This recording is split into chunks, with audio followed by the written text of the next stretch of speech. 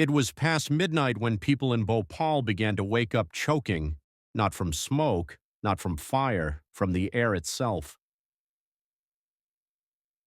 On the night of December 2nd, 1984, the city of Bhopal, India, was asleep.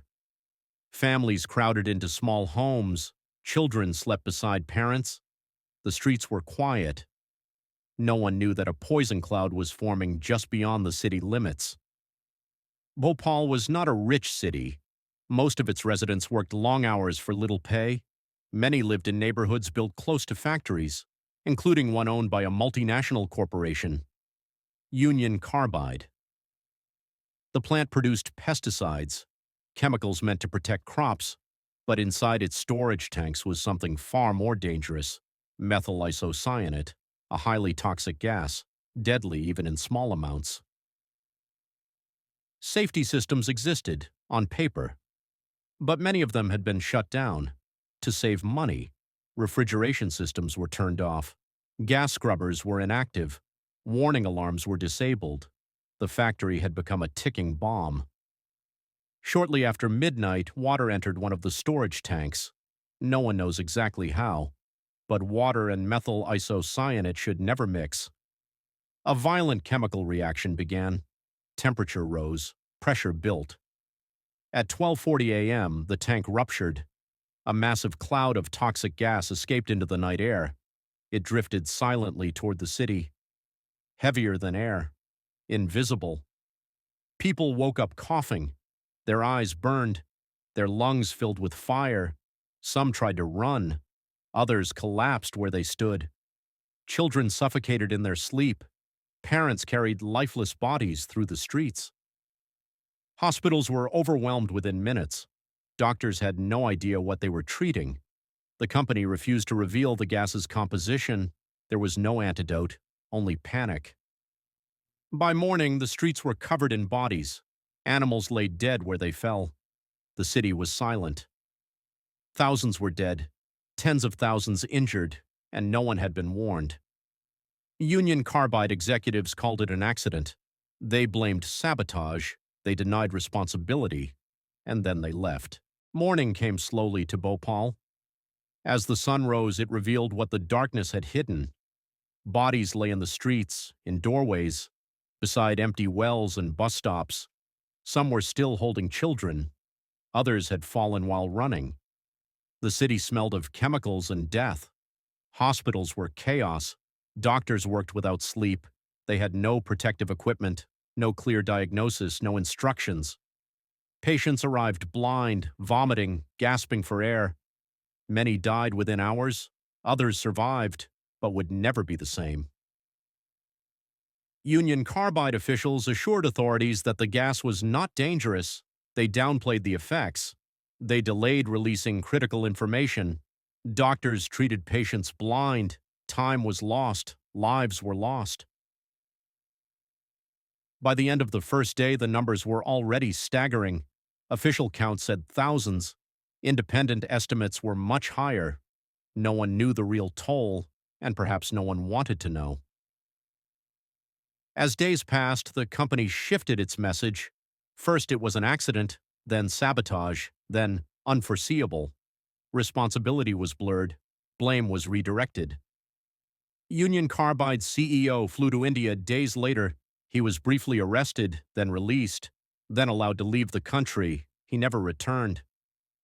Legal battles followed, slow, complicated, unequal. The victims were poor, the corporation was powerful.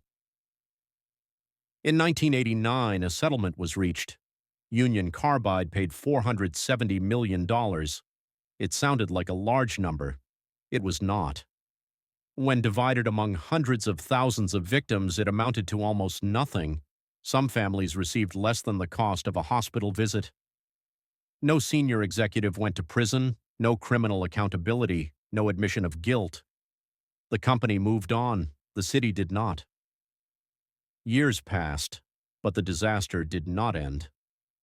The factory site was abandoned, toxic waste remained, chemicals seeped into the ground, into water supplies, into the bodies of those who lived nearby. Children born years later showed deformities, developmental delays, chronic illness. The poison had outlived the night. Many survivors suffered lifelong damage, lung disease, blindness, neurological disorders. Work became impossible. Medical care was inadequate. Poverty deepened. Entire neighborhoods became symbols of neglect, forgotten by the world, ignored by those responsible. Activists fought for justice. They demanded clean water, medical support, corporate accountability.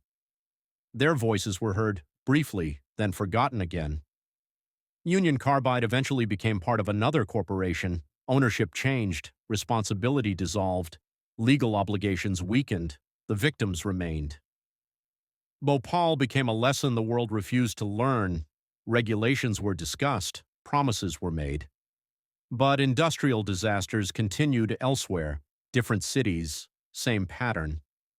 At its core, Bhopal was not just a chemical accident, it was a failure of priorities, profit over safety, speed over caution, silence over transparency. The night of December 2nd ended, but for many, its consequences never did.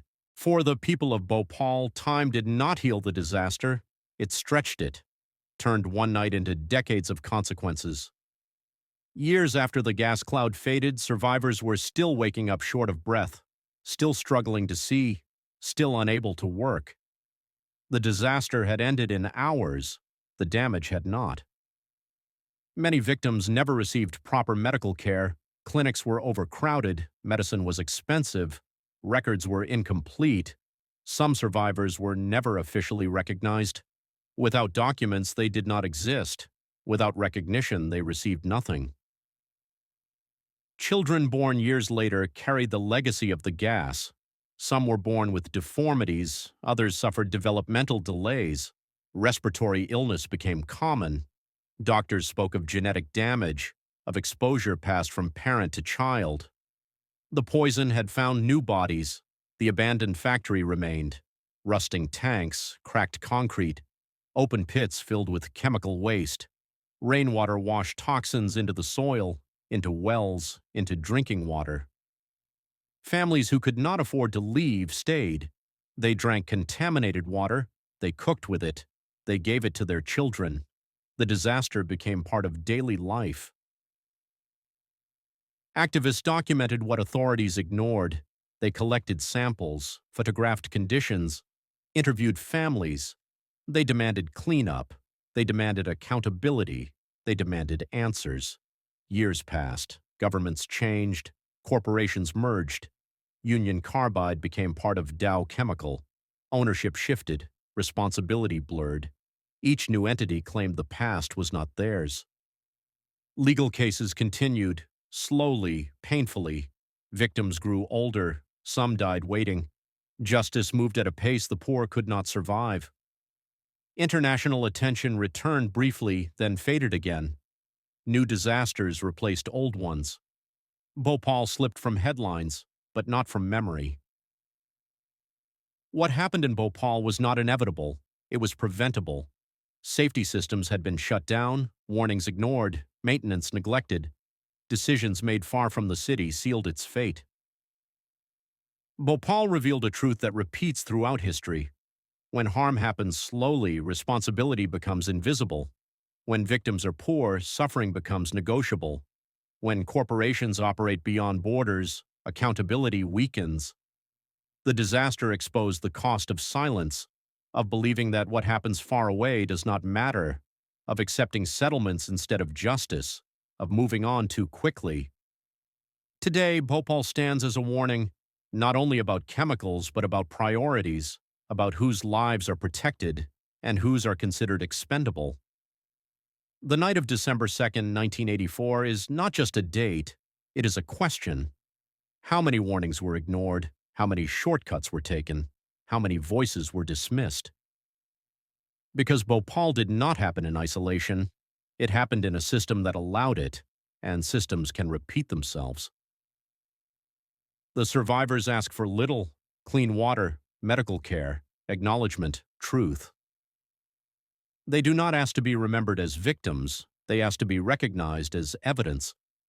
evidence of what happens when profit outruns responsibility, when safety becomes optional, when accountability disappears.